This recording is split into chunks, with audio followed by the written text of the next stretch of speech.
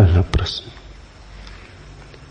ध्यान और साक्षित्व में क्या संबंध है? उनसे चित्त वृत्तियां और अहंकार किस प्रकार विसर्जित होता है? पूर्ण निरअहंकार को उपलब्ध हुए बिना क्या समर्पण संभव है? गैरिक वस्त्र और माला ध्यान और साक्षी में ध्यान और साक्षी साधना में कहां तक सहयोगी? और कृपया यह भी समझाएं कि साक्षित्व, जागरूकता और सम्यक स्मृति में क्या अंतर है?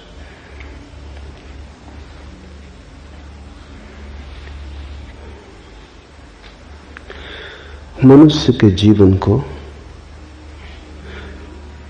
हम 4 हिस्सों में बांट सकते हैं। सबसे पहली परिधि तो कर्म की है। करने का जगत है, सबसे बाहर। थोड़े भीतर चलें तो फिर विचार का जगत है, और थोड़े भीतर चलें तो फिर भाव का जगत है, भक्ति का, प्रेम का। और थोड़े भीतर चलें, केंद्र पर पहुंचे तो साक्षी का।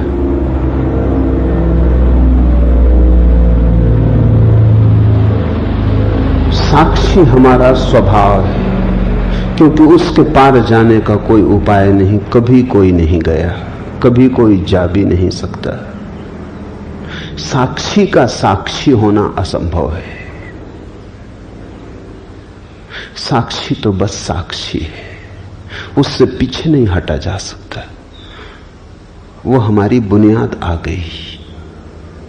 साक्षी की बुनियाद पर यह हमारा भवन है, भाव का, विचार का, कर्म का। इसलिए 3 योग हैं, कर्म योग, ज्ञान योग, भक्ति योग। वे तीनों ही ध्यान की पद्धतियां हैं। उन तीनों से ही साक्षी पर पहुंचने की चेष्टा होती। कर्म योग का अर्थ है कर्म धन ध्यान। सीधे कर्म से साक्षी पर जाने की जो चेष्टा है वही कर्म योग है। तो ध्यान पद्धति हुई और साक्षी भाव लक्ष्य हुआ। पूछा है ध्यान और साक्षित्व में क्या संबंध है? ध्यान मार्ग हुआ, साक्षित्व मंजिल हुई। ध्यान की परिपूर्णता है साक्षित्व, और साक्षी भाव का प्रारंभ है ध्यान। तो जो कर्म के ऊपर ध्यान को आरोपित करेगा, जो कर्म के जगत में ध्यान को जोड़ेगा, कर्म धन ध्यान, वो कर्म योगी। फिर ज्ञान योगी है, वो विचार के ऊपर ध्यान को आरोपित करता है। वो विचार के जगत में ध्यान को जोड़ता है। वो ध्यान पूर्वक विचार करने लगता है, एक नई प्रक्रिया जोड़ देता है कि जो भी करेगा होश पूर्वक करेगा। जब विचार धन ध्यान की स्थिति बनती है तो फिर साक्षी की तरफ यात्रा शुरू हुई। ध्यान है दिशा परिवर्तन। जिस चीज के साथ भी ध्यान जोड़ दोगे वही चीज साक्षी की तरफ ले जाने का वाहन बन जाएगी। फिर तीसरा मार्ग है भक्ति योग। भाव के साथ ध्यान का जोड़, भाव के साथ ज्ञान का, ध्यान का गठबंधन, भाव के साथ ध्यान की भांवर। तो भाव के साथ ध्यानपूर्ण हो जाओ। इन 3 मार्गों से व्यक्ति साक्षी की तरफ आ सकता है, लेकिन लाने वाली विधि ध्यान है। मौलिक बात ध्यान है। जैसे कोई वैद्य तुम्हें औषधि दे और कहे शहद में मिला के ले लेना, और तुम कहो शहद में लेता नहीं, मैं जैन धर्म का पालन करता हूं। तो वो कहे दूध में मिला के ले लेना, और तुम कहो दूध में ले नहीं सकता, क्योंकि दूध तो रक्त का ही हिस्सा है। मैं क्वेकर ईसाई हूं, मैं दूध नहीं पी सकता, दूध तो मांसाहार है। तो वैद्य कहे पानी में मिला के ले लेना, लेकिन औषधि एक ही है। मधु, दूध या जल, कोई फर्क नहीं पड़ता, वो तो सिर्फ औषधि को गटकने के उपाय है, गले से उतर जाए। औषधि अकेली ना उतरेगी। ध्यान औषधि है। 3 तरह के लोग हैं जगत में। कुछ लोग हैं जो बिना कर्म के जी नहीं सकते, उनके सारे जीवन का प्रवाह कर्मठता का है। खाली बैठाओ, बैठ ना सकेंगे, कुछ ना कुछ करेंगे। ऊर्जा है, बहती हुई ऊर्जा है, कुछ हर्ज नहीं। तो सदगुरु कहते हैं कि फिर तुम कर्म के साथ ही ध्यान की औषधि को गटक लो। चलो यही सही, तुमसे कर्म छोड़ते नहीं बनता, ध्यान तो जोड़ सकते हो कर्म में। तुम कहते हो कर्म छोड़ के तुम्हें क्षण भर नहीं बैठ सकता, बैठ में सकते ही नहीं। बैठना मेरे बस में नहीं, मेरा स्वभाव नहीं। मनोवैज्ञानिक जिनको एक्सट्रोवर्ट कहते हैं, बहिर्मुखी, सदा संलग्न है, कुछ ना कुछ काम चाहिए। जब तक थक के गिर ना जाएं, सो ना जाएं, तब तक कर्म को छोड़ना उन्हें संभव नहीं। कर्म उन्हें स्वाभाविक है। तो सदगुरु कहते हैं ठीक, कर्म पर ही सवारी कर लो, इसी का घोड़ा बना लो, इसी में मिला लो औषधि को और गटक जाओ। असली सवाल औषधि का है। तुम ध्यानपूर्वक कर्म करने लगो। जो भी करो मूर्छा में मत करो, होश पूर्वक करो। करते समय जागे रहो। फिर कुछ हैं जो कहते हैं कर्म का तो हम पर कोई प्रभाव नहीं, लेकिन विचार की बड़ी तरंगें उठती हैं। विचारक हैं, कर्म में उन्हें कोई रस नहीं, बाहर में उन्हें कोई उत्सुकता नहीं, मगर भीतर बड़े तरंगें उठती हैं, बड़ा कोलाहल है, और भीतर वो क्षण भर को निर्विचार नहीं हो पाते। वे कहते हैं कि हम बैठे शांत होकर तो और विचार आते, इतने वैसे नहीं आते जितने शांत होकर बैठ के आते हैं। पूजा, प्रार्थना, ध्यान का नाम ही रखते हैं कि बस विचारों की बड़ी आक्रमण, सेनाओं पर सेनाएं चली आती हैं, डुबा लेती। क्या करें? तो सदगुरु कहते हैं तुम विचार में ही मिला के ध्यान को पी जाओ। विचार को रोको मत, विचार आए तो उसे देखो, उसमें खो मत, थोड़े दूर खड़े रहो, थोड़े फासले पर, शांत भाव से देखते हुए विचार को ही धीरे धीरे तुम साक्षी भाव को उपलब्ध हो जाओगे। विचार से ही ध्यान को जोड़ दो। फिर कुछ है वो कहते हैं ना हमें विचार की कोई झंझट है, ना हमें कर्म की कोई झंझट है। भाव का उद्रेक होता है, आंसू बहते हैं, हृदय गदगद हो आता, डुबकी लग जाती, प्रेम में, स्नेह में, श्रद्धा में, भक्ति में। सदगुरु कहते हैं इसी को औषधि बना लो, इसी में ध्यान को जोड़ दो। आंसू तो बहे, ध्यान पूर्वक बहे।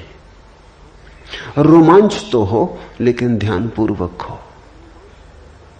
लेकिन सार सूत्र ध्यान है। ये जो भक्ति, कर्म और ज्ञान के भेद हैं, ये औषधि के भेद नहीं, औषधि तो एक ही है। और यही तुम्हें अष्टावक्र को समझना होगा। अष्टावक्र कहते हैं सीधे ही छलांग लगा जाओ, औषधि सीधी ही गटकी जा सकती। वो कहते हैं इन साधनों की भी जरूरत नहीं है। इसलिए अष्टावक्र न तो ज्ञान योगी हैं, न भक्ति योगी, न कर्म योगी। वो कहते हैं सीधे ही साक्षी में उतर जाओ, इन बहानों की कोई जरूरत नहीं। ये औषधि सीधी ही गटकी जा सकती है। छोड़ो बहाने, वाहन छोड़ो, सीधे ही दौड़ सकते हो, साक्षी सीधे ही हो सकते हो। इसलिए जहां तक अष्टावक्र का संबंध है, साक्षी और ध्यान में कोई फर्क नहीं। लेकिन जहां तक और पद्धतियों का संबंध है, साक्षी और ध्यान में फर्क है। ध्यान है विधि, साक्षी है मंजिल। अष्टावक्र के लिए तो मार्ग और मंजिल एक है, इसलिए तो वो कहते हैं अभी हो जाओ आनंदित। जिसकी मंजिल और मार्ग अलग है वो कभी नहीं कह सकता अभी हो जाओ। वो कहेगा चलो, लंबी यात्रा है, चढ़ो, तब पहुंचोगे पहाड़ पर। अष्टावक्र कहते हैं आंख खोलो, पहाड़ पर बैठे हो, कहां जाना, कैसा जाना। इसलिए अष्टावक्र के सूत्र तो अति क्रांतिकारी है। न तो ज्ञान, न भक्ति, न कर्म, तीनों ही इस ऊंचाई पर नहीं पहुंचते। शुद्ध साक्षी की बात है। ऐसा समझो कि दवाई गटकनी तक नहीं है, समझ लेना काफी है, बोध मात्र काफी है, सहारे की कोई जरूरत ही नहीं है, तुम वहां हो ही। लेकिन ऐसा होता है कि कुछ लोग असमर्थ हैं इस बात को मानने में। एक सूफी कहानी है। एक फकीर सत्य को खोजने निकला। अपने ही गांव के बाहर जो पहला ही संतों से मिला, एक वृक्ष के नीचे बैठे, उससे उसने पूछा कि मैं सद्गुरु को खोजने निकला हूं, आप बताएंगे कि सद्गुरु के लक्षण क्या हैं? उस फकीर ने लक्षण बता दिए। लक्षण बड़े सरल थे। उसने कहा ऐसे ऐसे वृक्ष के नीचे बैठा मिले, इस आसन में बैठा हो, ऐसी ऐसी मुद्रा हो, बस समझ लेना कि यही सद्गुरु है। चला खोजने। साधक कहते हैं 30 साल बीत गए, सारी पृथ्वी पे चक्कर मार चुका, बहुत जगह गया लेकिन सद्गुरु न मिला। बहुत मिले मगर कोई सद्गुरु न था। थका मांदा अपने गांव वापस लौटा। लौट रहा था तो हैरान हो गया, भरोसा ना आया। वो बूढ़ा बैठा था उसी वृक्ष के नीचे। अब उसको दिखाई पड़ा कि ये तो वृक्ष वही है जो इस बूढ़े ने कहा था, ऐसे ऐसे वृक्ष के नीचे बैठा हो, और ये आसन भी वही लगाया है, लेकिन ये आसन तो 30 साल पहले भी लगाया था। क्या मैं अंधा था? इसके चेहरे पे भाव भी वही, मुद्रा भी वही। वो उसके चरणों में गिर पड़ा, कहा कि आपने पहले ही मुझे क्यों ना कहा? 30 साल मुझे भटकाया क्यों? ये क्यों ना कहा कि मैं ही सद्गुरु? उस बूढ़े ने कहा मैंने तो कहा था, लेकिन तुम तब सुनने को तैयार न थे। तुम बिना भटके घर भी नहीं आ सकते। अपने घर आने के लिए भी तुम्हें 1000 घरों पर दस्तक मारनी पड़ेगी, तभी तुम आओगे। कह तो दिया था मैंने, सब बता दिया था कि ऐसे ऐसे वृक्ष की, यही वृक्ष की व्याख्या कर रहा था, यही मुद्रा में बैठा था, लेकिन तुम भागे भागे थे, तुम ठीक से सुन ना सके, तुम जल्दी में थे, तुम कहीं खोजने जा रहे थे। खोज बड़ी महत्वपूर्ण थी, सत्य महत्वपूर्ण नहीं था तुम्हें, लेकिन आ गए तुम। मैं थका जा रहा था, तुम्हारे लिए बैठा बैठा इसी मुद्रा में। 30 साल तुम तो भटक रहे थे, मेरी तो सोचो। इसी झाड़ के नीचे बैठा कि किसी दिन तुम आओगे तो कहीं ऐसा ना हो कि तब तक मैं विदा हो जाऊं। तुम्हारे लिए रुका था, आ गए तुम। 30 साल तुम्हें भटकना पड़ा अपने कारण। सद्गुरु मौजूद था। बहुत बार जीवन में ऐसा होता है, जो पास है वो दिखाई नहीं पड़ता, जो दूर है वो आकर्षक मालूम होता है। दूर के ढोल सुहावने मालूम होते।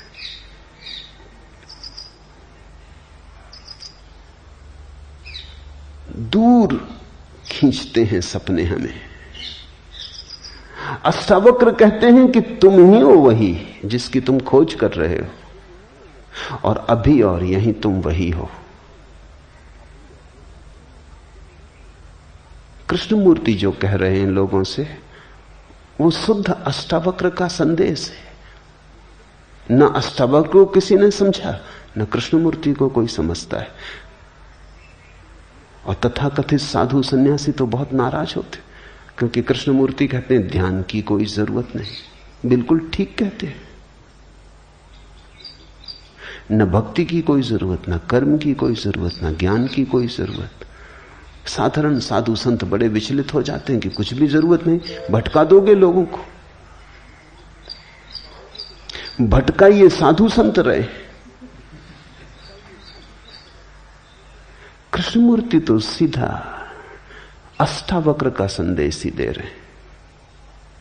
वो इतना ही कह रहे हैं कुछ जरूरत नहीं, क्योंकि जरूरत तो तब होती है जब तुमने खोया होता है।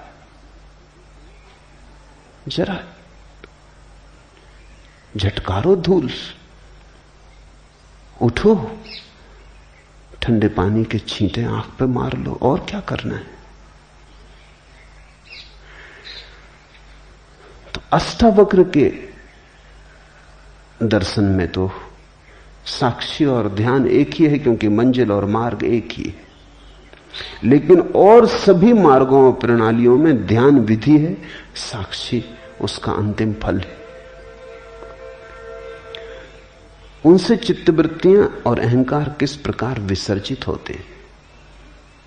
साक्षी भाव से चित्तवृत्तियां और अहंकार विसर्जित नहीं होते। साक्षी भाव में पता चलता है कि वे कभी थे ही नहीं। विसर्जित तो तब हो जब रहे हो। तुम ऐसा समझो कि तुम एक अंधेरे कमरे में बैठे हो, समझ रहे हो कि भूत है, तुम्हारा ही कुर्ता टंगा है, मगर भय में और घबराहट में और कल्पना के जाल में तुमने उसमें हाथ भी जोड़ लिए, पैर भी जोड़ लिए, वो खड़ा तुम्हें डरा रहा है। अब कोई कहे कि दिया जला लो, तो तुम पूछोगे दिया के जलने से भूत कैसे दूर होता है। लेकिन दिए के जलने से भूत दूर हो जाता है, क्योंकि भूत है नहीं। होता तो दिए के जलने से दूर नहीं होता। दिए के जलने से भूत के दूर होने का क्या लेना देना है। अगर भूत होता ही तो दिए के जलने से दूर ना होता। नहीं है, आभास होता है, इसलिए दूर भी हो जाता है।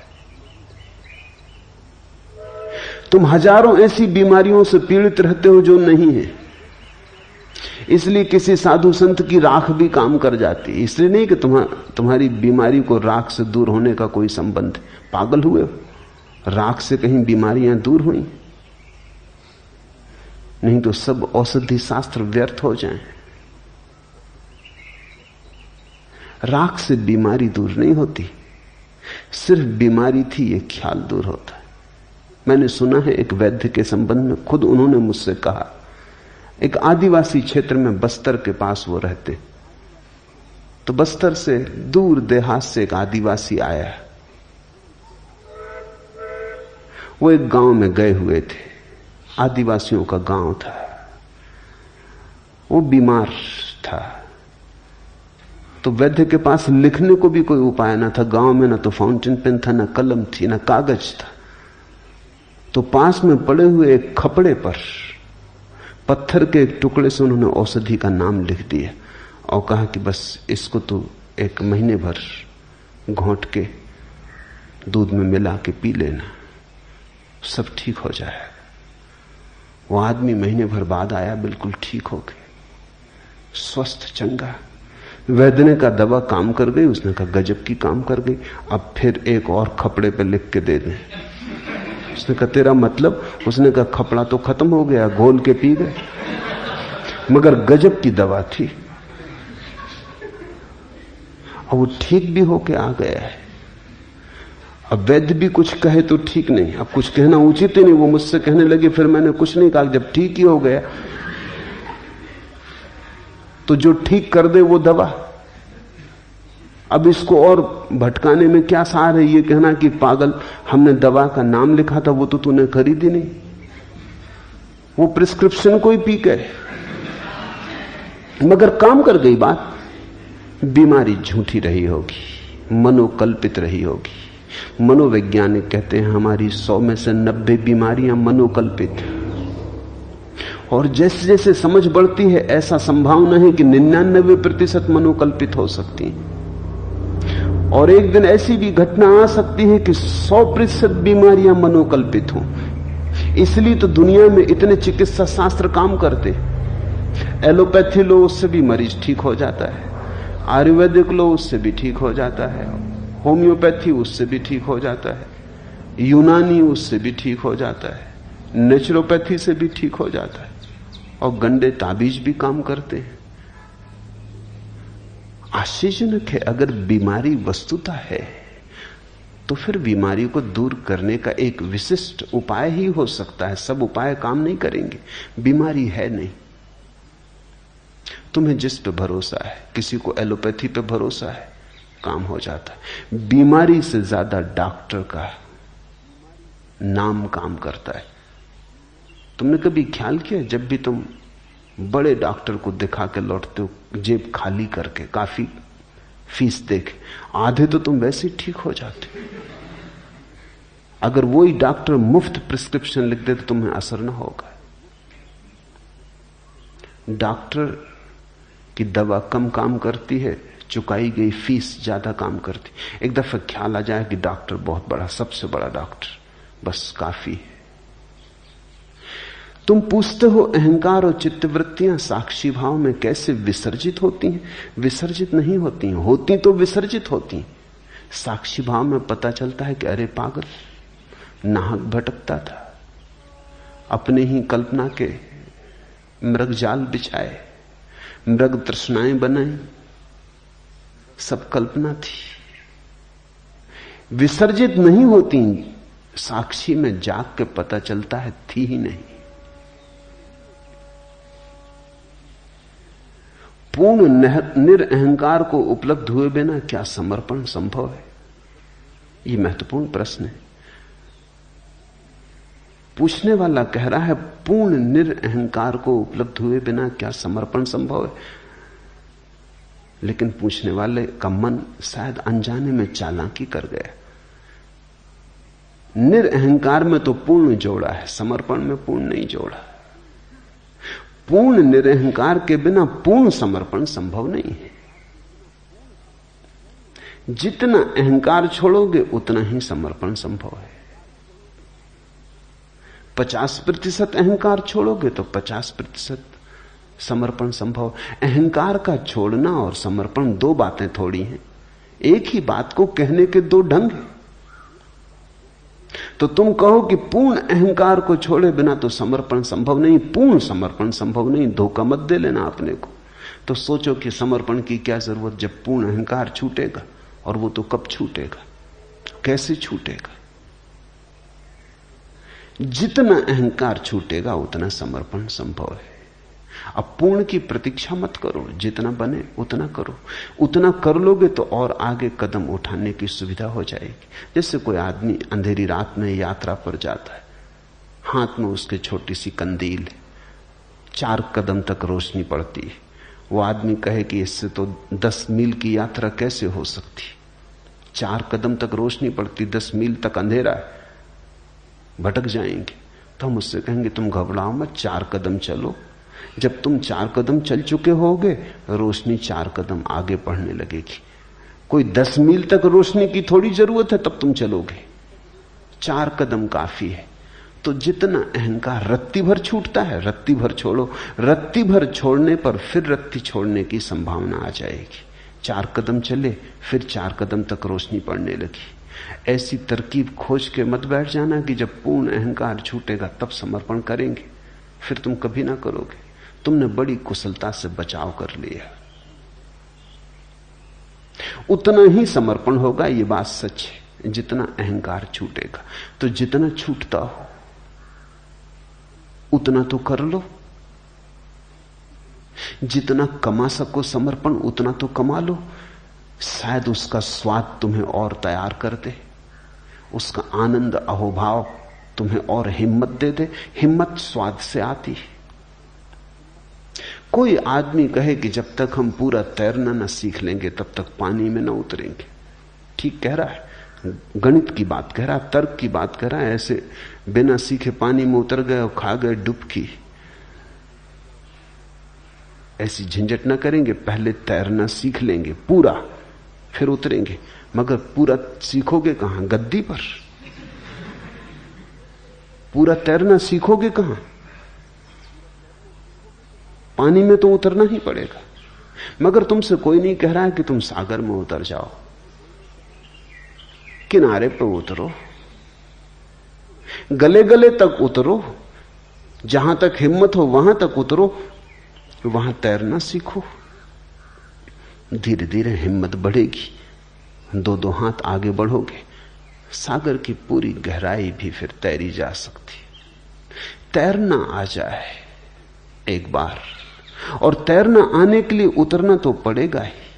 किनारे पर ही उतरो। मैं नहीं कह रहा हूं कि तुम सीधे किसी पहाड़ से किसी गहरी नदी में छलांग लगा लो। किनारे पर ही उतरो। जल के साथ थोड़ी दोस्ती बनाओ, जल को जरा पहचानो, हाथ पैर तड़फड़ाओ। तैरना है क्या? कुशलता पूर्वक हाथ पैर तड़फड़ाना। तड़फड़ाना सभी को आता है। किसी आदमी को जो कभी नहीं तैरा उसे भी पानी में फेंक दो तो वो भी तड़फड़ाता है। उसमें और तैरने वाले में फर्क थोड़ी सी कुशलता का है, क्रिया का कोई फर्क नहीं है। हाथ पैर वो भी फेंक रहा है, लेकिन उसका पानी पे भरोसा नहीं है, अपने पे भरोसा नहीं है। वो डर रहा है कि कहीं डूब ना जाऊं। वो डर ही उसे डुबा देगा। जल ने थोड़ी किसी को कभी डुबाया है। तुमने देखा मुर्दे ऊपर तैर जाते, मुर्दे पानी पे तैरने लगते। पूछो मुर्दों से तुम्हें क्या तरकीब आती? जिंदा थे डूब गए, मुर्दा होकर तैर रहे हो। मुर्दा डरता नहीं, अब नदी कैसे डुबाए। पानी का स्वभाव डुबाना नहीं है, पानी उठाता है। इसलिए तो पानी में वजन कम हो जाता है। तुम पानी में अपने से वजनी आदमी को उठा ले सकते हो, बड़ी चट्टान उठा ले सकते हो पानी में। पानी में चीजों का वजन कम हो जाता है। जैसे जमीन का गुरुत्वाकर्षण है, जमीन नीचे खींचती, पानी ऊपर उछालता है। पानी का उछालना स्वभाव है। अगर डूबते हो तो तुम अपने ही कारण डूबते हो। पानी ने कभी किसी को नहीं डुबाया। भूल के भी पानी को दोष मत देना। पानी ने अब तक किसी को नहीं डुबाया। तुम वैज्ञानिक से पूछ लो, वो भी कहता है ये चमत्कार है कि आदमी डूब कैसे जाते हैं, क्योंकि पानी तो उबारता है। तुम्हारी घबराहट में डूब जाते हो, चीख पुकार मचा देते हो, मुंह खोल देते हो, पानी पी जाते हो, भीतर वजन हो जाता है, डुबकी खा जाते हो। मरते तुम अपने कारण हो। तैरने वाला इतना ही सीख लेता है कि अरे पानी तो उठाता है, उसकी श्रद्धा पानी में बढ़ जाती। वो समझ लेता है कि पानी तो वजन कम कर देता है। जितने वजनी हम जमीन पे थे उससे बहुत कम वजनी पानी में रह जाते। तुमने देखा होगा, कभी तुम बाल्टी कुएं में डालते हो, जब बाल्टी भर जाती हो, पानी में डूबी होती तो कोई वजन नहीं होता। खींचो पानी के ऊपर और वजन शुरू हुआ। पानी तो निर्भर करता है, डुबाएगा कैसे। सीखने वाला धीरे धीरे इस बात को पहचान लेता है। श्रद्धा का जन्म होता है। पानी पे भरोसा आ जाता है कि दुश्मन नहीं है, मित्र है, ये डुबाता ही नहीं। फिर तो कुशल तैराक बिना हाथ पैर फैलाए, बिना हाथ पैर चलाए पड़ा रहता है जल पर, कमलवत। ये वही आदमी है जैसे तुम हो, कोई फर्क नहीं। सिर्फ इसमें श्रद्धा का जन्म हुआ और इसे अपने पे भरोसा आ गया, जल पे भरोसा आ गया, दोनों की मित्रता सध गई। ठीक ऐसा ही समर्पण में घटता है। समर्पण में डर यही है कि कहीं हम डूब ना जाएं। तो किनारे पे उतरो। तुमसे कोई 100 डिग्री समर्पण करने को कह भी नहीं रहा है। 1 डिग्री सही, उतर उतर के पहचान आएगी, स्वाद बढ़ेगा, रस जगेगा, प्राण पुलकित होंगे। तुम चकित होगे कि कितना गमाया। अहंकार के साथ जरा से समर्पण से कितना पाया। नए द्वार खुले, प्रकाश द्वार, नई हवाएं बही प्राणों में, नई पुलक, नई उमंग, सब ताजा ताजा। तुम पहली दफा जीवन को देखोगे, तुम्हें पहली दफा आंखों से धुंध हटेगी, प्रभु का रूप थोड़ा थोड़ा प्रकट होना शुरू होगा। इधर समर्पण, उधर प्रभु पास आया, क्योंकि इधर तुम मिटना शुरू हुए, उधर प्रभु प्रकट होना शुरू हुआ। प्रभु दूर थोड़ी, तुम्हारे बजनी अहंकार के कारण तुम्हें दिखाई नहीं पड़ता। तुम्हारी आंखें अहंकार से भरी हैं, इसलिए दिखाई नहीं पड़ता। खाली आंखें देखने में समर्थ हो जाती। फिर धीरे धीरे हिम्मत बढ़ती जाती, श्रद्धा, आत्मविश्वास। तुम और समर्पण करते हो, एक दिन तुम पूरी छलांग ले लेते हो। एक दिन तुम कहते हो अब बस बहुत हो गया। अपने को बचाने में ही अपने को गमाया अब तक। एक दिन समझ में आ जाती बात, अब डुबा देंगे और डुबा के बचा लेंगे। धन है वे जो डूबने को राजी, क्योंकि उनको फिर कोई डुबा नहीं सकता। अभागे हैं वे जो बच रहे हैं, क्योंकि वे डूबे ही हुए हैं। उनकी नाव आज नहीं कल टकरा के डूब जाएगी। फिर अहंकार और समर्पण की बात में एक बात और ख्याल कर लेनी जरूरी है। मन बड़ा चालाक है, वो तरकीबें खोजता है। मन कहता है तो पहला कौन, अहंकार का छोड़ना पहले कि समर्पण पहले? पहले समर्पण करें तो अहंकार छूटेगा कि अहंकार छोड़ें तो समर्पण होगा? तुम इस तरह की बातें बाजार जाते हो अंडा खरीदने, तब तुम नहीं पूछते कि पहले कौन, अंडा की मुर्गी। अगर तुम ये पूछो तो तुम अंडा खरीद के कभी घर ना आ सकोगे। तुम बस खरीद के चले आते हो, पूछते नहीं कि पहले कौन। पहले पक्का तो कर ले कि अंडा पहले की मुर्गी पहले। अंडा या मुर्गी, बहुत लोगों ने विवाद किए। अंडा मुर्गी का प्रश्न बड़ा प्राचीन है। पहले कौन आता है, बड़ा कठिन है उत्तर खोज पाना। क्योंकि जैसे ही तुम कहो अंडा पहले आता, कठिनाई शुरू हो जाती, क्योंकि अंडा आया होगा मुर्गी से, तो मुर्गी पहले आ गई। जैसे ही कहो मुर्गी आती पहले, वैसी मुश्किल फिर खड़ी हो जाती, क्योंकि मुर्गी आएगी कैसे बिना अंडे के? ये तो एक वर्तुलाकार चक्कर है। प्रश्न भूल भरा है।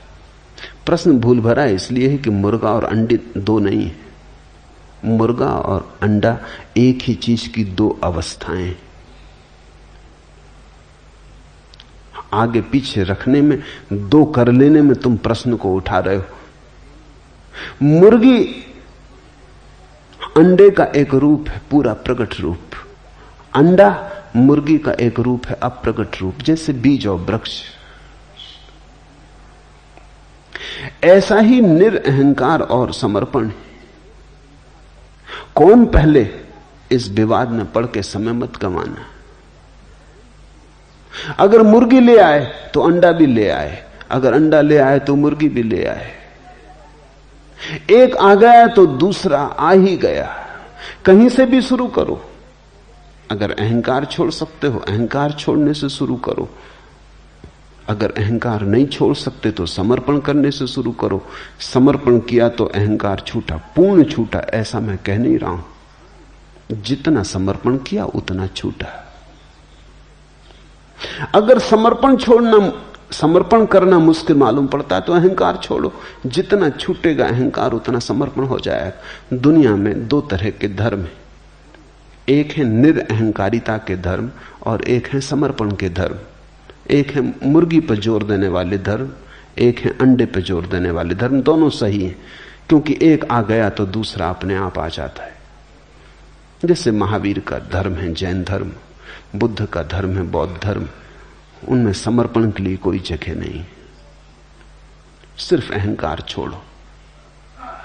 समर्पण करोगे कहां? कोई परमात्मा नहीं है जिसके सामने समर्पण हो सके। महावीर कहते हैं असरण, शरण जाने की कोई जगह ही नहीं।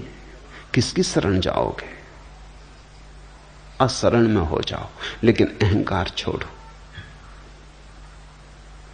हिंदू हैं, मुसलमान हैं, ईसाई हैं, वे धर्म समर्पण के धर्म है। वे अहंकार छोड़ने की उतनी बात नहीं कहते। वे कहते हैं परमात्मा पे समर्पण करो। कोई चरण खोज लो, कोई चरण जहां तुम अपने सिर को झुका सको। अहंकार अपने से चला जाएगा। दोनों सही है, क्योंकि दोनों घटनाएं एक ही सिक्के के दो पहलू हैं। तुम सिक्के का सीधा हिस्सा घर ले आओ कि उल्टा हिस्सा घर ले आओ, इससे क्या फर्क पड़ता है? सिक्का घर आ जाएगा। दोनों ही एक सिक्के के पहलू हैं, पर कहीं से शुरू करना पड़ेगा। बैठ के सिर्फ गणित मत बिठाते रहना। गैरिक वस्त्र और माला ध्यान और साक्षी साधना में कहां तक सहयोगी है? चाहो तो हर चीज सहयोगी है। चाहो तो छोटी छोटी चीजों से रास्ता बना ले सकते हो। कहते हैं राम ने जब पुल बनाया लंका को जोड़ने को, जब सागर सेतु बनाया, तो गिलहरियां छोटी छोटी रेत के कण और कंकड़ ले आईं। उनका भी हाथ हुआ, उन्होंने भी सेतु को बनने में सहायता दी। बड़े बड़ी चट्टाने वाले लाने वाले लोग भी थे, छोटी छोटी गिलहरियां भी थीं, जो उनसे बन सका उन्होंने किया। कपड़े के बदल लेने से बहुत आशा मत करना, क्योंकि कपड़े के बदल लेने से अगर सब बदलता होता तो बात बड़ी आसान हो जाती। माला के गले में डाल लेने से ही मत समझ लेना कि बहुत कुछ हो जाएगा, क्रांति घट जाएगी। इतनी सस्ती क्रांति नहीं है। लेकिन इससे यह भी मत सोच लेना कि यह गिलहरी का उपाय, इससे क्या होगा। राम ने गिलहरियों को भी धन्यवाद दिया। ये छोटे छोटे उपाय भी कारगर हैं। कारगर इस तरह है, अचानक तुम अपने गांव वापस जाओगे गैरिक वस्त्रों में, सारा गांव चौंक के तुम्हें देखेगा। तुम उस गांव में फिर ठीक उसी तरह से न बैठ पाओगे जिस तरह पहले बैठते थे। तुम उस गांव में उसी तरह से छिप न जाओगे जैसे पहले छिप जाते थे। तुम उस गांव में एक पृथकता लेकर आ गए। हर एक पूछेगा क्या हुआ है, हर एक तुम्हें याद दिलाएगा कि कुछ हुआ है, हर एक तुमसे प्रश्न करेगा, हर एक तुम्हारी स्मृति को जगाएगा, हर एक तुम्हें मौका देगा पुनः पुनः स्मरण का साक्षी बनने का। एक मित्र ने सन्यास लिया, सन्यास लेते वक्त वो रोने लगे, सरल व्यक्ति, और कहा कि बस एक अड़चन है, मुझे शराब पीने की आदत है और आप जरूर कहेंगे कि छोड़ो। मैंने कहा मैं किसी को कुछ छोड़ने को कहते ही नहीं। पीते हो ध्यानपूर्वक पियो।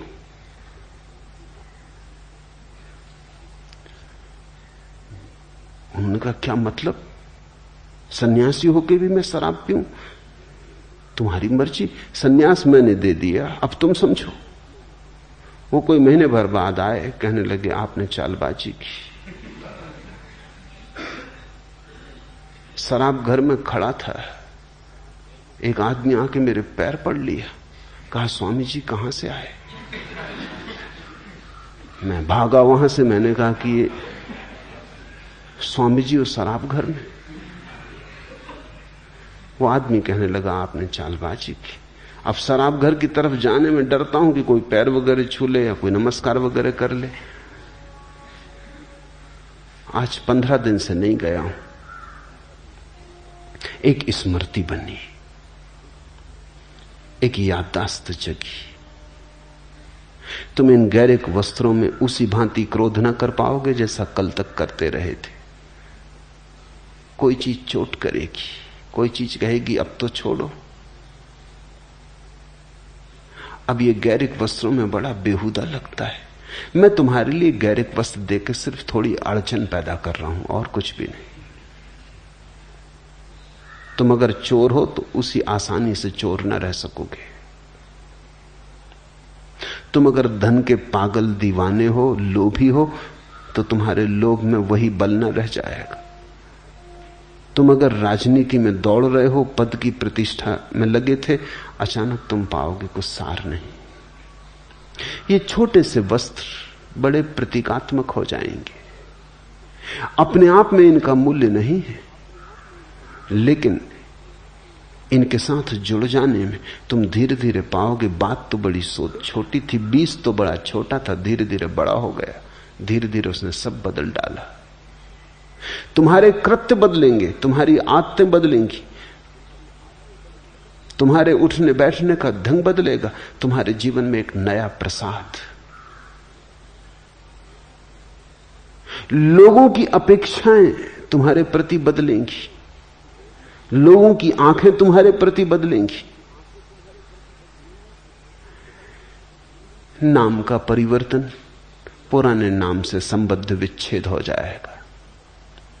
वस्त्र का परिवर्तन, पुरानी तुम्हारी रूपरेखा से मुक्ति हो जाएगी।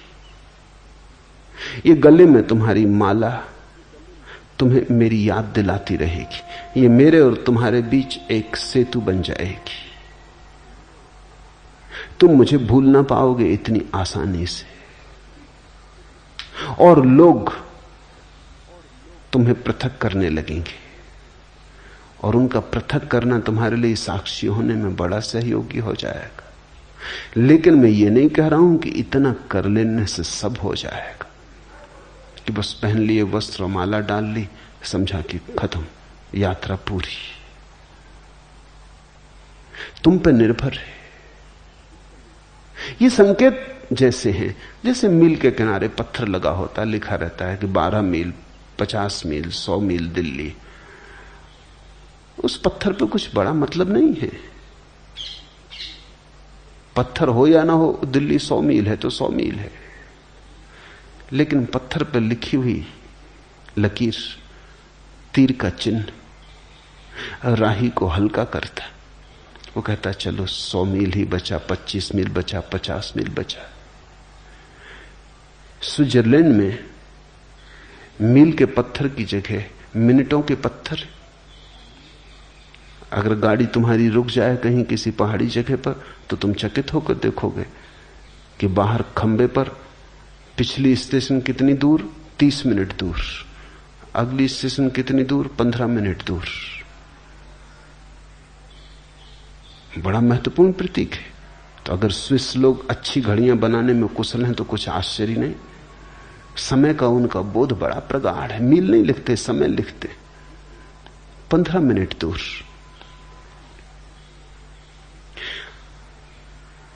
खबर मिलती है कि समय का बोध प्रगाढ़ है इस जाति का। तुम गैरिक वस्त्र पहने हो, कुछ खबर मिलती तुम्हारे बाबत। हर चीज खबर देती, कैसे तुम बैठते हो, कैसे तुम उठते हो, कैसे तुम देखते हो, हर चीज खबर देती। सैनिकों को हम ढीले वस्त्र नहीं पहनाते, दुनिया में कोई जाति नहीं पहनाती। पहनाएगी तो हार खाएगी। सैनिक को ढीले वस्त्र पहनाना खतरनाक सिद्ध हो सकता है। सैनिक को हम चुस्त वस्त्र पहनाते, इतने चुस्त वस्त्र जिनमें वो हमेशा अड़चन अनुभव करता है और इच्छा होती कि कब इनके बाहर कूद के निकल जाए। चुस्त वस्त्र झगड़ेलू आदत पैदा करते। चुस्त वस्त्र में बैठा आदमी लड़ने को तत्पर रहता है। ढीले वस्त्र का आदमी थोड़ा विश्राम में होता है। सिर्फ सम्राट ढीले वस्त्र पहनते थे, या सन्यासी या फकीर। तुमने कभी देखा कि ढीले वस्त्र पहन के अगर तुम सीढ़ियां चढ़ो तो तुम एक एक सीढ़ी चढ़ोगे। चुस्त वस्त्र पहन के चढ़ो, दो दो एक साथ चढ़ जाओगे। चुस्त वस्त्र पहने हो तो तुम क्रोध से भरे हो। कोई जरा सी बात कहेगा और बेचैनी खड़ी हो जाएगी। ढीले वस्त्र पहने हो तुम थोड़े विश्राम में रहोगे। छोटी छोटी चीजें फर्क लाती। जीवन छोटी छोटी चीजों से बनता है। गिलहरियों के द्वारा लाए गए छोटे छोटे कंकर पत्थर जीवन के सेतु को निर्मित करते। क्या तुम खाते हो, क्या तुम पहनते हो, कैसे उठते बैठते हो, सबका अंतिम परिणाम है। सबका जोड़ हो तुम। अब एक आदमी चला जा रहा है, चमकीले भड़कीले रंगीले वस्त्र पहने, तो कुछ खबर देता है। एक स्त्री चली जा रही है, बेहुदे अश्लील शरीर को उभारने वाले वस्त्र पहने, कुछ खबर देती। एक आदमी ने सीधे सादे वस्त्र पहने, ढीले विश्राम से भरे, कुछ खबर मिलती उस आदमी के संबंध में। मनोवैज्ञानिक कहते हैं अगर तुम एक आदमी को आधा घंटा तक चुपचाप देखते रहो, कैसे वस्त्र पहने, कैसा उठता, कैसा बैठता, कैसा देखता, तो तुम उस आदमी के संबंध में इतनी बातें जान लोगे कि तुम भरोसा ना कर सकोगे। हमारी हर गतिविधि, हर भाव भंगिमा हमारी है। भाव भंगिमा के बदलने से हम बदलते हैं, हमारे बदलने से भाव भंगिमा बदलती। तो ये तो केवल प्रतीक है, ये तुम्हें साथ देंगे, ये तुम्हारे लिए इशारे बने रहेंगे, ये तुम्हें जागरूक रखने के लिए थोड़ा सा सहारा है।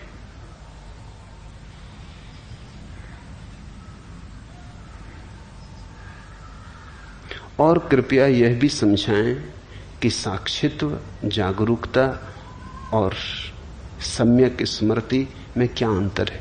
कोई भी अंतर नहीं, वो सब पर्यायवाची शब्द हैं।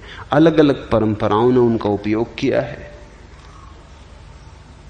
जागरूकता कृष्णमूर्ति उपयोग करते हैं,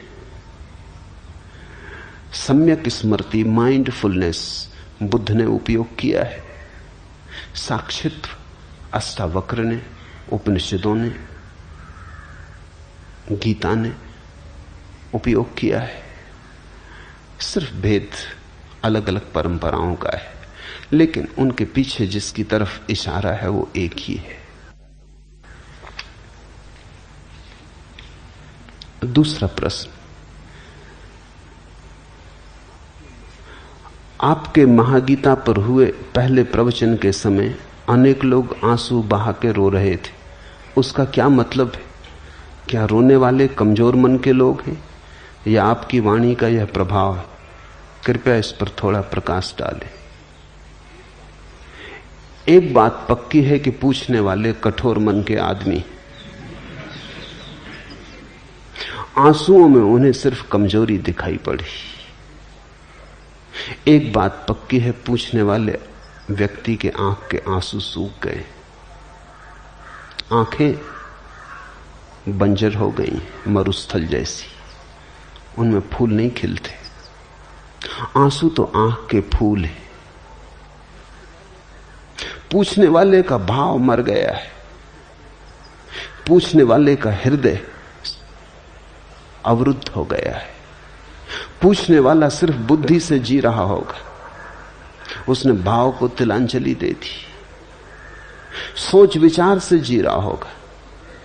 प्रेम और करुणा और जीवन की तरफ जो लगाव की, चाहत की, आनंद की संभावना है, उसे इंकार कर दिया होगा। कोई रसधार नहीं बहती होगी, सूखा साखा मरुस्थल जैसा मन हो गया होगा। इसलिए पहली बात यह ख्याल में आई कि जो लोग रोते हैं कमजोर मन के होंगे। किसने कहा तुम्हें कि रोना कमजोरी का लक्षण? मीरा खूब रोई, चैतन्य की आंखों से झरझर आंसू बहे। नहीं, कमजोरी के लक्षण नहीं, भाव के लक्षण, भाव की शक्ति के लक्षण। और ध्यान रखना, भाव विचार से गहरी बात है। मैंने कहा पहले कर्म की रेखा, फिर विचार की रेखा, फिर भाव की रेखा, फिर साक्षी का केंद्र। भाव साक्षी के निकटतम है, भक्ति भगवान के निकटतम है, कर्म बहुत दूर है, वहां से यात्रा बड़ी लंबी है, विचार भी काफी दूर है, वहां से भी यात्रा काफी लंबी है, भक्ति बिल्कुल पास है। ख्याल रखना, आंसू जरूरी रूप से दुख के कारण नहीं होते। हालांकि लोग एक ही तरह के आंसुओं से परिचित हैं जो दुख के होते। करुणा में भी आंसू बहते, आनंद में भी आंसू बहते, अहोभाव में भी आंसू बहते हैं, कृतज्ञता में भी आंसू बहते हैं। आंसू तो सिर्फ प्रतीक हैं कि कोई ऐसी घटना भीतर घट रही है जिसको संभालना मुश्किल है। दुख या सुख, कोई ऐसी घटना भीतर घट रही है जो इतनी ज्यादा है कि ऊपर से बहने लगी। फिर वो दुख हो, इतना ज्यादा दुख हो कि भीतर संभालना मुश्किल हो जाए तो आंसुओं से बहेगा। आंसू निकास है। या आनंद घना हो जाए तो आनंद भी आंसुओं से बहेगा। आंसू निकास है। आंसू जरूरी रूप से दुख या सुख से जुड़े नहीं है, अतिरेक से जुड़े हैं। जिस चीज का भी अतिरेक हो जाएगा आंसू उसी को लेकर बहने लगेंगे। तो जो रोए उनके भीतर कुछ अतिरेक हुआ होगा, उनके हृदय पे कोई चोट पड़ी होगी, उन्होंने कोई मर्मर सुना होगा अज्ञात का। दूर अज्ञात की किरण ने उनके हृदय को स्पर्श किया होगा। उनके अंधेरे में कुछ उतरा होगा, कोई तीर उनके हृदय को पीड़ा और आह्लाद से भर गया। रोक ना पाए वो अपने आंसू।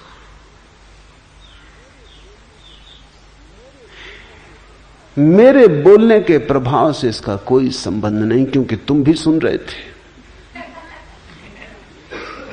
अगर मेरे बोलने का ही प्रभाव होता तो तुम भी रोए होते, सभी रोए होते। नहीं, मेरे बोलने से ज्यादा सुनने वाले की हार्दिकता का संबंध है। जो रो सकते थे वो रोए, और रोना बड़ी शक्ति है। एक बहुत अनूठी दिशा को मनुष्य जाति ने खो दिया, विशेषकर मनुष्यों ने खो दिया, पुरुषों ने। स्त्रियों ने थोड़ा बचा रखा है। स्त्रियां धन्यभागी। मनुष्य की आंख में पुरुष हो कि स्त्री एक सी ही आंसुओं की ग्रंथियां हैं।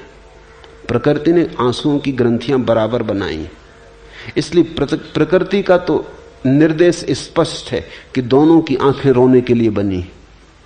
लेकिन पुरुष के अहंकार ने धीरे धीरे अपने को नियंत्रण में कर लिया है। धीरे धीरे पुरुष सोचने लगा है कि रोना स्त्रैण है, सिर्फ स्त्रियां रोती। इस कारण पुरुष ने बहुत कुछ खोया है, भक्ति खोई, भाव खोया। इस कारण पुरुष ने आनंद खोया, अहोभाव खोया। इस कारण पुरुष ने दुख की भी महिमा खोई, क्योंकि दुख भी निखारता है, साफ करता है। इस कारण पुरुष के जीवन में एक बड़ी दुर्घटना घटी। तुम चकित होगे, दुनिया में स्त्रियों की बजाय दुगने पुरुष पागल होते।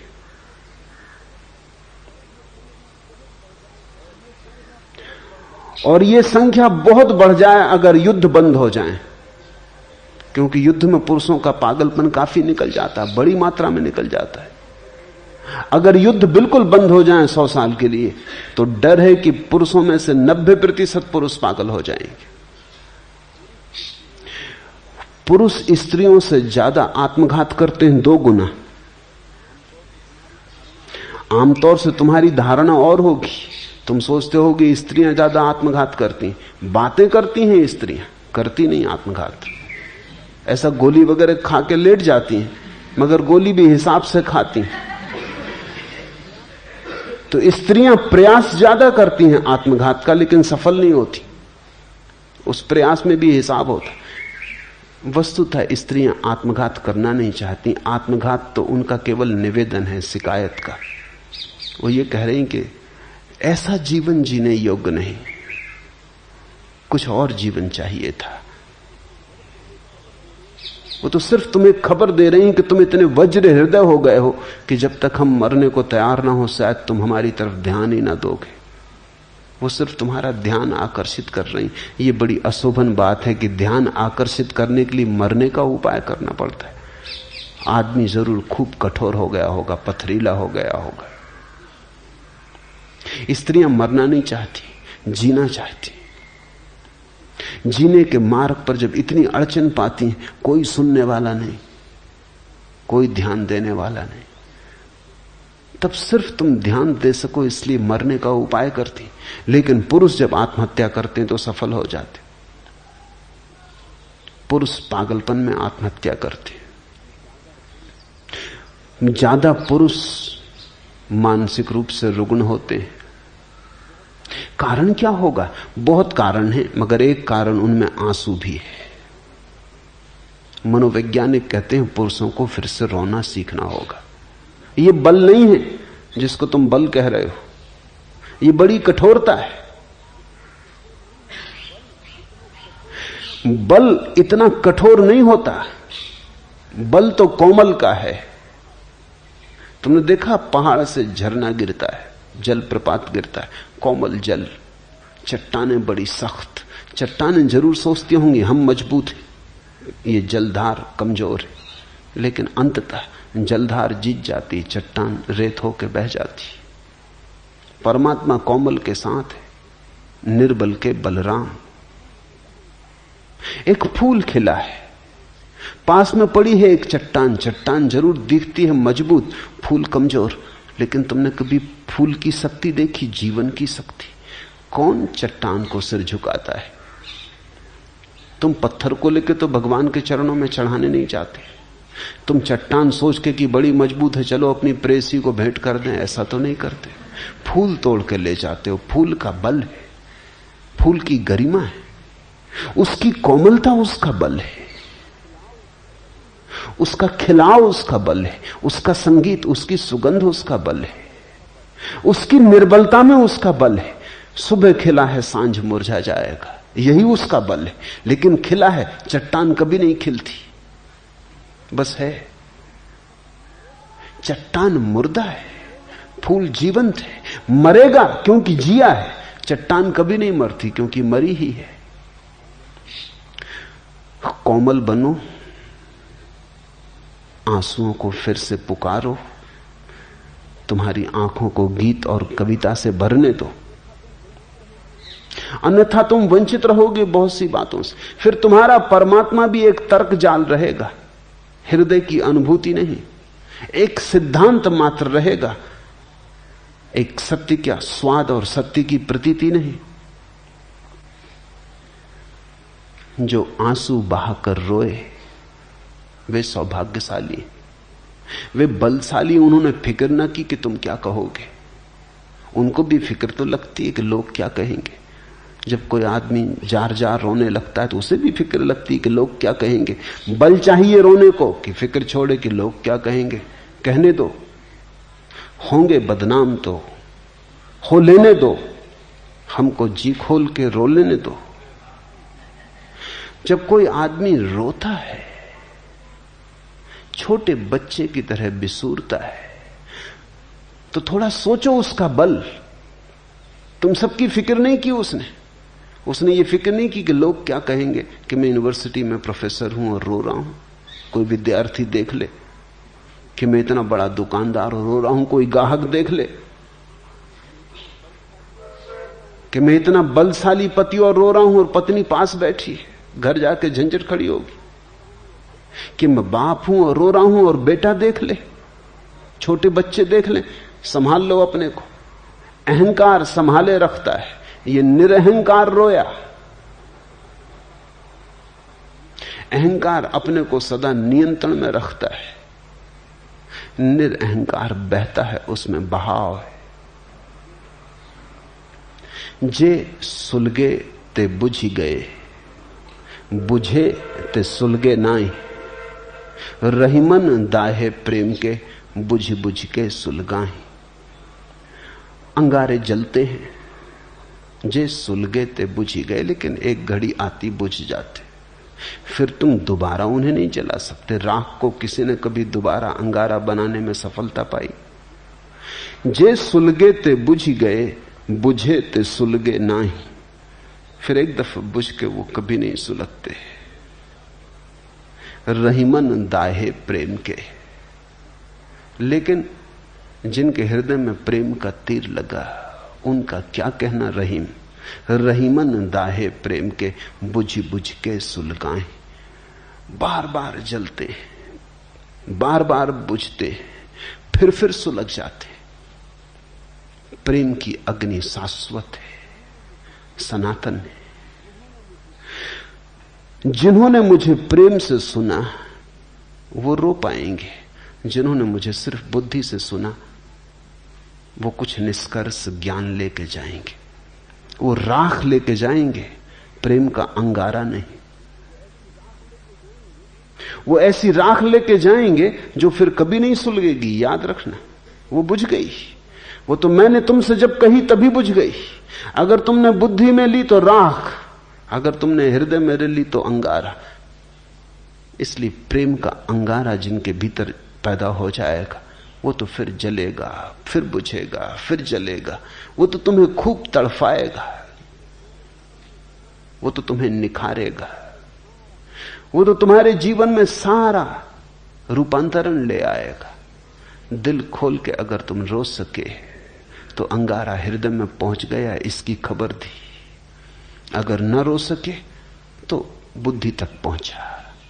थोड़ी राख इकट्ठी हो जाएगी, तुम थोड़े जानकार हो जाओगे, तुम दूसरों को समझाने में थोड़े कुशल हो जाओगे, वाद विवाद तर्क करने में तुम थोड़े निपुण हो जाओगे। बाकी मूल बात चूक गई। जहां से अंगारा ला सकते थे वहां से सिर्फ राख लेके लौट आए। फिर तुम उस राख को चाहे विभूति कहो, कुछ फर्क नहीं पड़ता। राख राख है।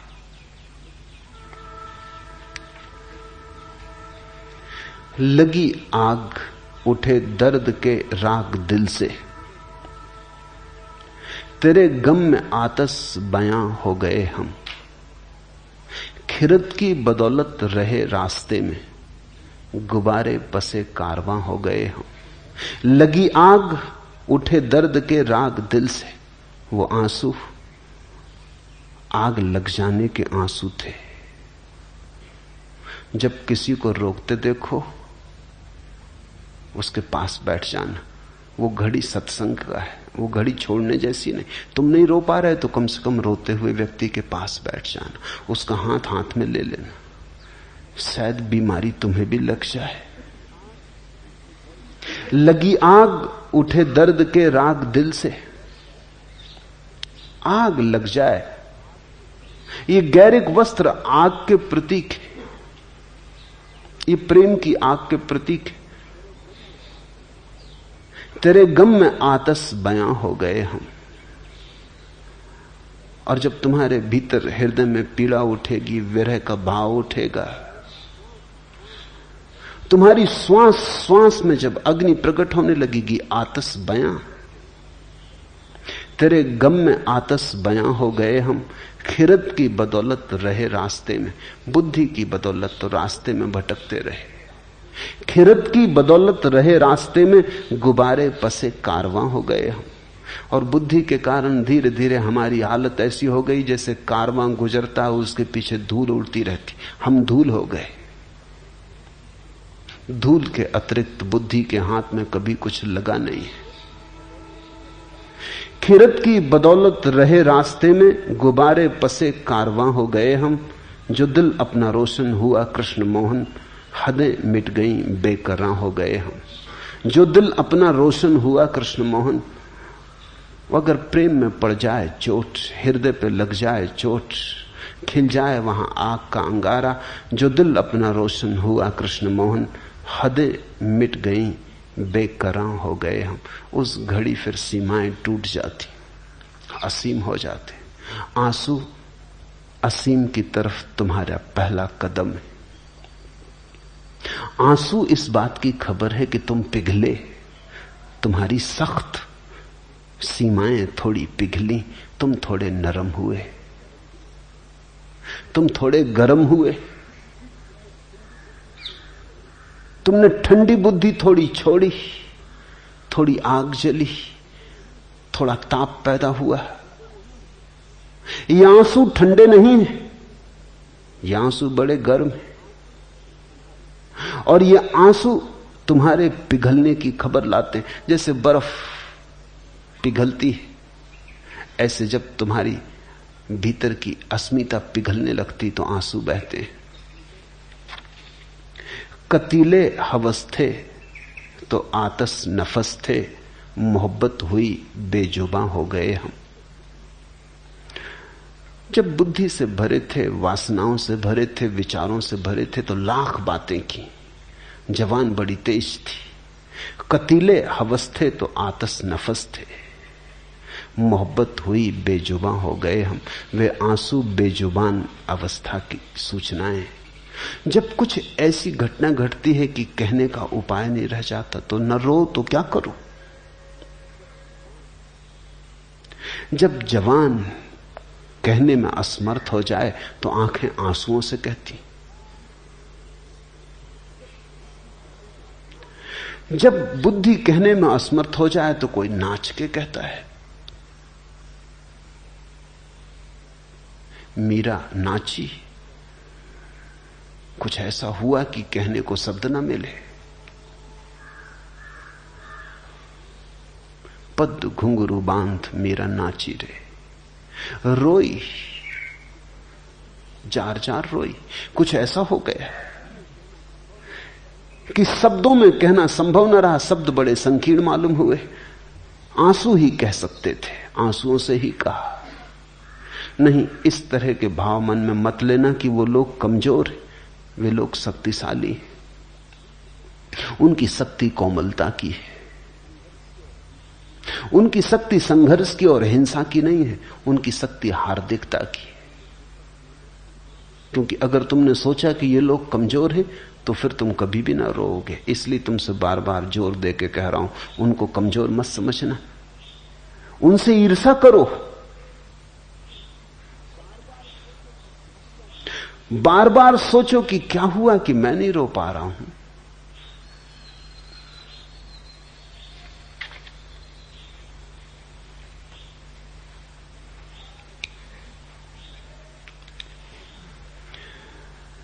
भाव से भरा व्यक्ति स्वयं के केंद्र के सर्वाधिक निकट है। और जितना ही भाव से भरा व्यक्ति स्वयं के निकट होता है उतनी ही ज्यादा पीड़ा को अनुभव करता है। तुम जितने घर से ज्यादा दूर हो उतने ही घर को भूलने की सुगमता है।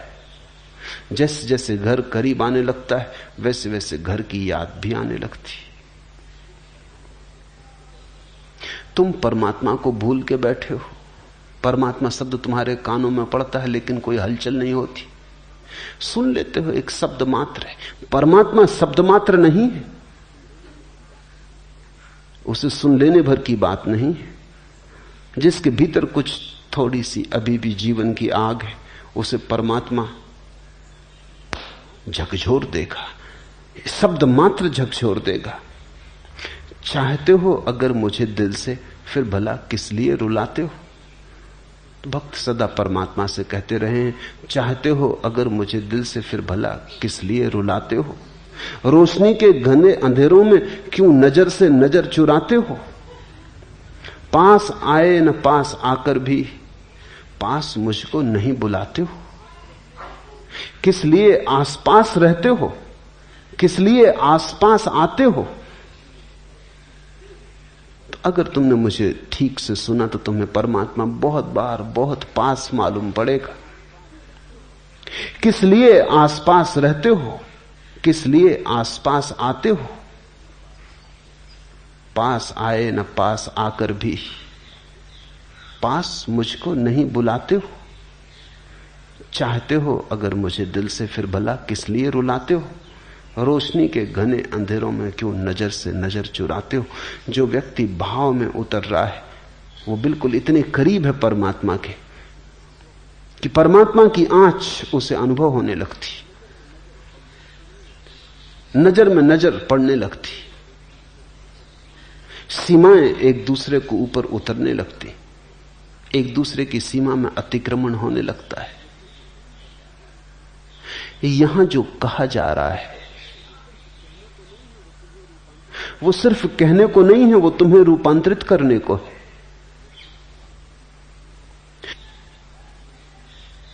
वो तुम्हें संपूर्ण रूप से जड़ मूल से बदल देने की बात है।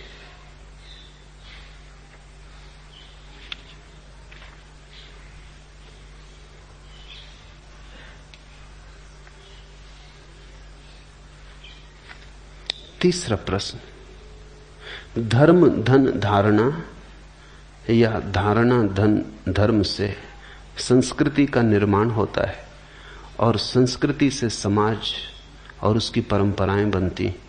पूज्यपाद ने बताया कि धर्म सबके खिलाफ है। अगर धर्म सभी के विरोध में रहेगा तो किसी प्रकार की अराजकता होना असंभव है क्या? हमें समझाने की कृपा करें। धर्म से जो तुम अर्थ समझ रहे हो धारणा का, वैसा अर्थ नहीं है। धारणा कंसेप्ट धर्म नहीं है।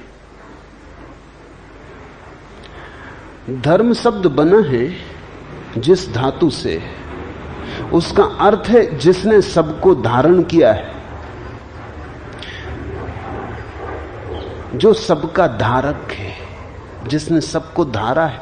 धारणा नहीं, जिसने सबको धारण किया है। ये जो विराट, ये जो चांद्र पक्षी और मनुष्य और अनंत अनंत तक फैला हुआ अस्तित्व है, इसको जो धारे हुए है वही धर्म।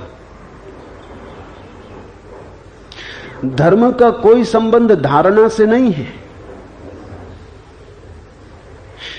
तुम्हारी धारणा हिंदू की है, किसी की मुसलमान की है, किसी की ईसाई की, इससे धर्म का कोई संबंध नहीं। ये धारणाएं, ये बुद्धि की धारणाएं।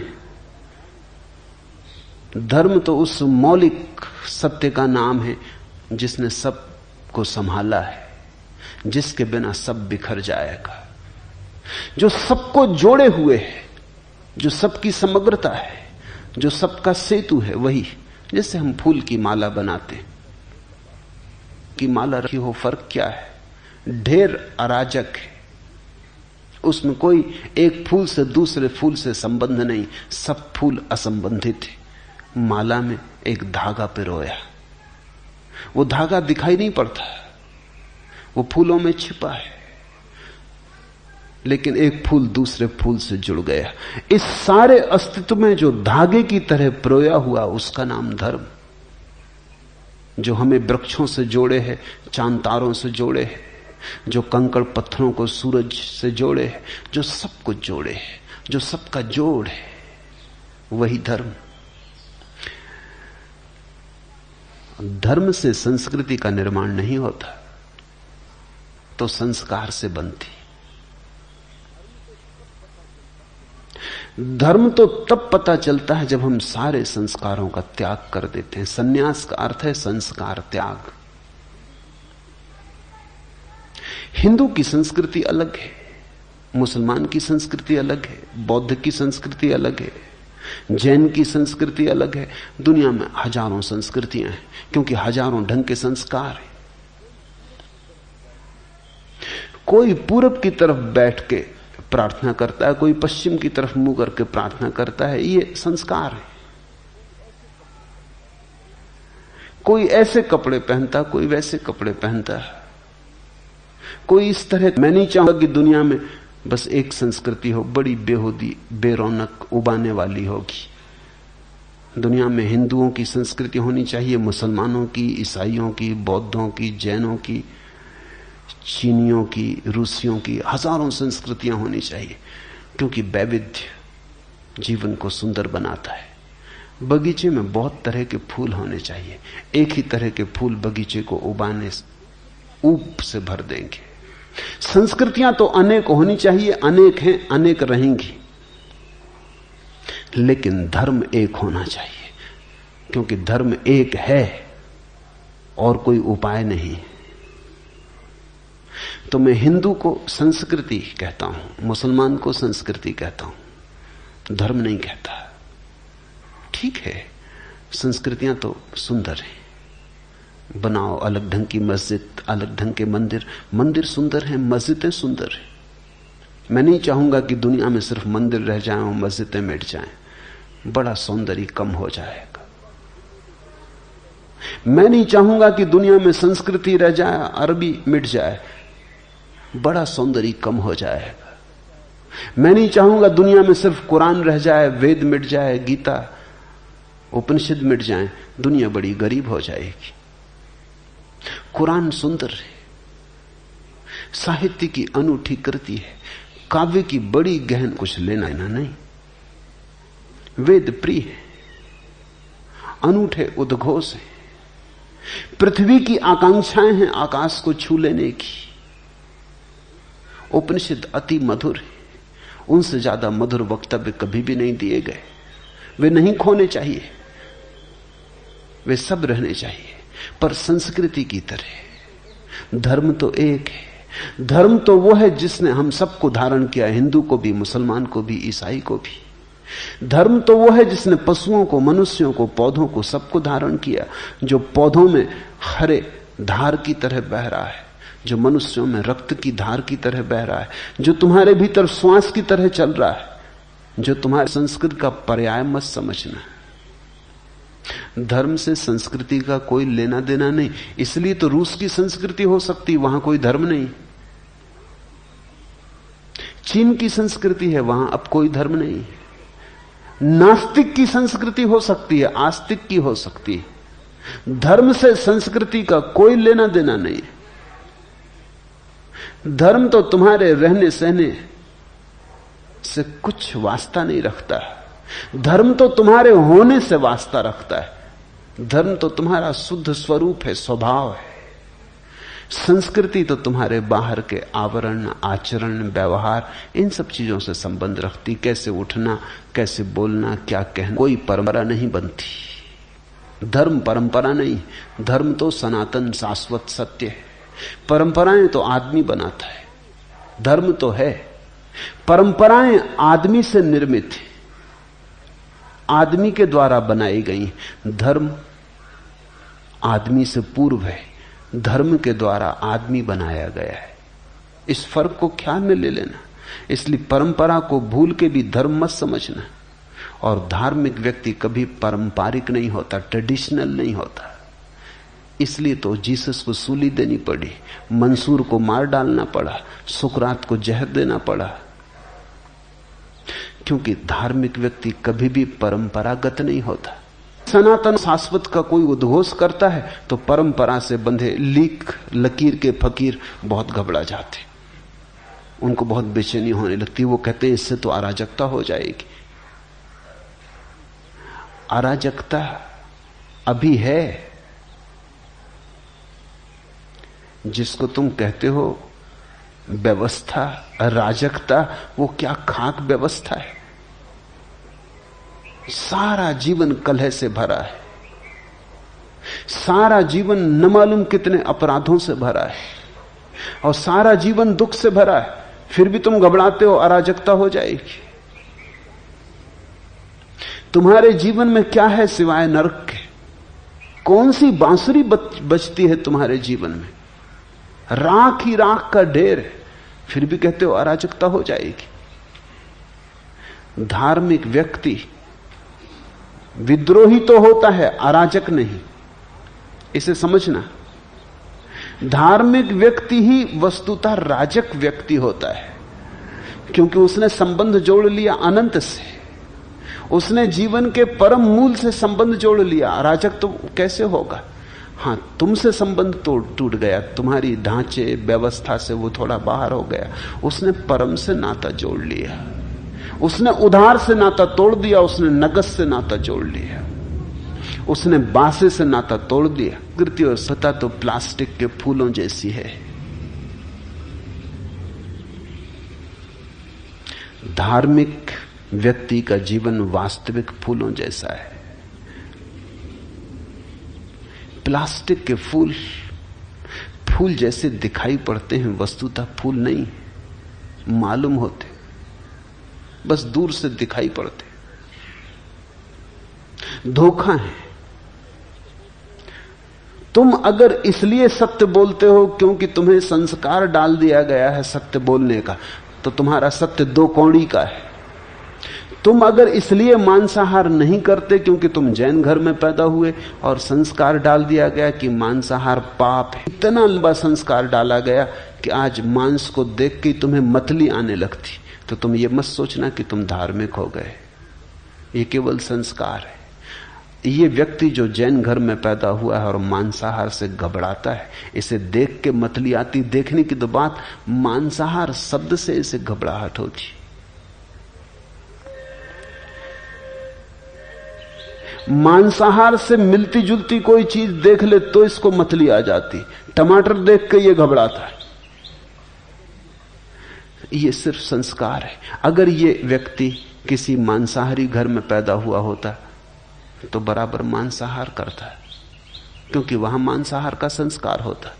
यहां मांसाहार भाव हो चैतन्य का, जैसा महावीर के भीतर हुआ, वो संस्कार नहीं था, वो उनका अपना अनुभव था कि किसी को दुख देना अंततः अपने को ही दुख देना है, क्योंकि हम सब एक हैं, जुड़े हैं। ये ऐसे ही जैसे कोई अपने ही गाल पे चांटा मार ले। देर अबेर जो हमने दूसरे के साथ किया है वो हम पर ही लौट आएगा। महावीर को ये प्रतीति इतनी गहरी हो गई, ये बोध इतना साकार हो गया कि उन्होंने दूसरे को दुख देना बंद कर दिया। मांसाहार छूटा इसलिए नहीं कि बचपन से उन्हें सिखाया गया कि मांसाहार पाप है, मांसाहार छूटा उनके साक्षी भाव में, ये करने लगा। चारों तरफ मांसाहार देखता है, पहले घबराता है, पहले नाक भौं से कौड़ता है, फिर धीरे धीरे अभ्यस्त होता चला जाता है। फिर उसी टेबल पर दूसरों को मांसाहार करते करते धीरे धीरे इसकी नाक, इसके नासारंध्र मांस की गंध से राजी होने लगते। फिर दूसरी संस्कृति का प्रभाव, वहां हर एक व्यक्ति का कहना कि बिना मांसाहार के कमजोर हो जाओगे। देखो ओलंपिक में तुम्हारी क्या गति होती बिना मांसाहार के, एक स्वर्ण पदक भी नहीं ला पाते। स्वर्ण पदक तो दूर, तांबे का पदक भी नहीं मिलता है। तुम अपनी हालत तो देखो, 1000 साल तक गुलाम रहे, बल क्या है तुम में? तुम्हारी औसत उम्र कितनी है? कितनी हजारों बीमारियां तुम्हें पकड़े हुए।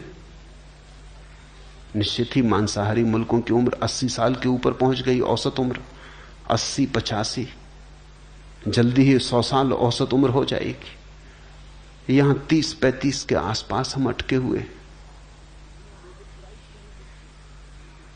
कितनी नोबेल प्राइज तुम्हें मिलती। अगर शुद्ध शाकाहार बुद्धि को शुद्ध करता है तो सब नोबेल प्राइज तुम्ही को मिल जानी चाहिए थी। बुद्धि तो कुछ बढ़, एक आध जैन को नोबेल प्राइज मिली। क्या मामला क्या है? तुम 2000 साल से शाकाहारी हो, 2000 साल में तुम्हारी बुद्धि अभी तक शुद्ध नहीं हो पाई। तो मांसाहारी के पास दलीलें हैं, वो कहता तुम्हारी बुद्धि कमजोर हो जाती, क्योंकि ठीक ठीक प्रोटीन, ठीक ठीक विटामिन, ठीक ठीक शक्ति तुम्हें नहीं मिलती, तुम्हारी देह कमजोर हो जाती, तुम्हारी उम्र कम हो जाती, तुम्हारा बल कम हो जाता। अमेरिका में तुम रोज देखते हो, खबरें सुनते हो अखबार में कि किसी 90 साल के आदमी ने शादी की, तुम हैरान होते हो, तुम कहते हो ये मामला क्या पागलपन का है। लेकिन 90 साल, तो जैसे कोई जाके पश्चिम की संस्कृति में रहता, वहां ये सब दलीलें सुनता है और प्रमाण देखता है और उनकी विराट संस्कृति का वैभव देखता है, धीरे धीरे भूल जाता है। महावीर को अगर पश्चिम जाना पड़ता तो वो मांसाहार नहीं करते, वो फूल स्वाभाविक था। वो कहते ठीक 2-4-10 साल कम जिएंगे, इससे हर्ज क्या, ज्यादा जीने का फायदा क्या है? ज्यादा जी के तुम करोगे क्या? और थोड़े जानवरों को खा जाओगे, और क्या करोगे? महावीर से अगर किसी ने कहा होता तो वो कहते जरा लौट के तो देखो, अगर तुम 100 साल जिए और तुमने जितने जानवर, पशु, पक्षी खाए उनकी जरा तुम कतार रख के तो, हड्डियों के ढेर तुमने लगा दिए अपने चारों तरफ। एक आदमी जिंदगी में जितना मांसाहार करता है, हजारों लाखों पशु पक्षियों का ढेर लग जाएगा। अगर जरा तुम सोचो कि इतने प्राण तुमने मिटाए, किस लिए? सिर्फ जीने के लिए। और जीना किस लिए? और पशुओं को मिटाने के लिए। अगर महावीर से कोई ये कहेगा कि तुम निर्बल हो जाते, तो वो कहता बल का हम करेंगे क्या? किसी की हिंसा करनी, किसी को मारना है, कोई युद्ध लड़ना है। अगर महावीर को कोई कहता कि देखो तुम 1000 साल गुलाम रहे, तो महावीर कहते हैं 2 स्थितियां हैं, या तो मालिक बनो किसी के, या गुलाम। महावीर कहेंगे मालिक बनने से गुलाम बन, चोर बनने से चोरी का शिकार बन जाना बेहतर।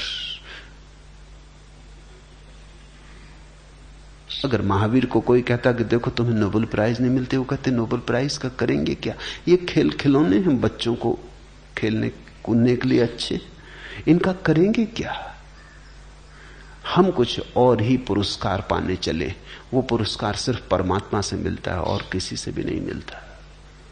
वो पुरस्कार साक्षी के आनंद का है, वो सच्चिदानंद का है। नोबेल प्राइज तुम अपनी संभालो, तुम बच्चों को दो, खेलने दो, ये खिलौने हैं।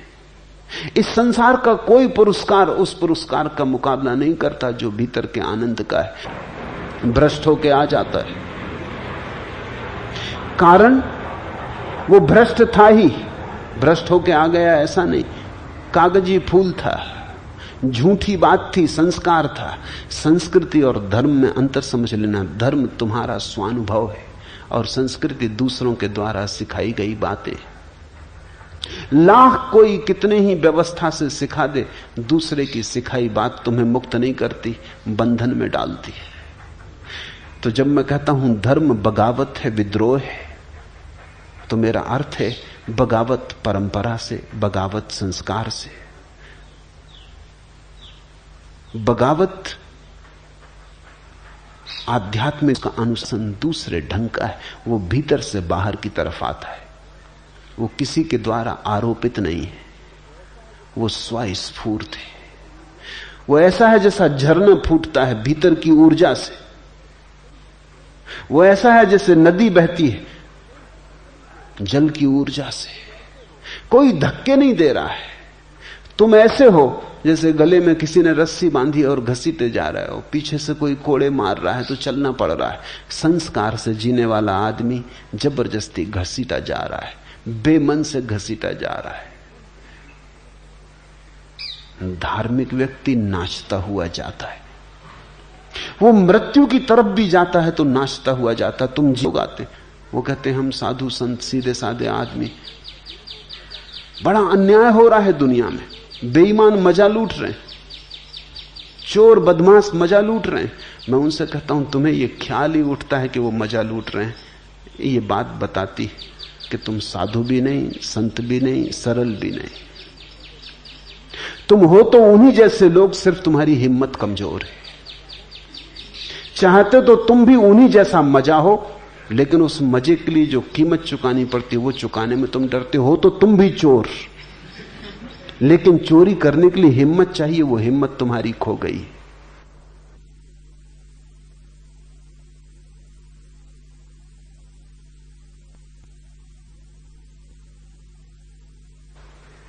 चाहते तो तुम भी हो कि बेईमानी करके धन का अंबार लगा लें, लेकिन बेईमानी करने में कहीं फंस ना जाएं, पकड़े ना जाएं, इसलिए तुम रुके हो। अगर तुम्हें पक्का आश्वासन दे दिया जाए कि कोई तुम्हें पकड़ेगा नहीं, कोई तुम्हें पकड़ने वाला नहीं है, कोई पकड़ने का डर नहीं, तुम तत्क्षण चोर हो जाओगे। धार्मिक व्यक्ति तो दया खाता है उन पर जो बेईमानी कर रहे हैं, क्योंकि वो कहता है ये बेचारे कैसे परम आनंद से वंचित हो रहे हैं, जो हमें मिल रहा है वो इन्हें नहीं मिल रहा। धार्मिक व्यक्ति ईर्ष्या नहीं करता अधार्मिक से, दया खाता है, मन ही मन में रोता है कि इन विचारों को, सिर्फ क्योंकि उसके पास कुछ विराट तर है, और उसी विराट के कारण उसके जीवन में एक अनुशासन होता है। उस अनुशासन के ऊपर कोई अनुशासन नहीं है। धार्मिक व्यक्ति विद्रोही है, लेकिन अनुशासनहीन नहीं। उसका अनुशासन आत्मिक है, आंतरिक है, आत्मानुशासन है उसका अनुशासन।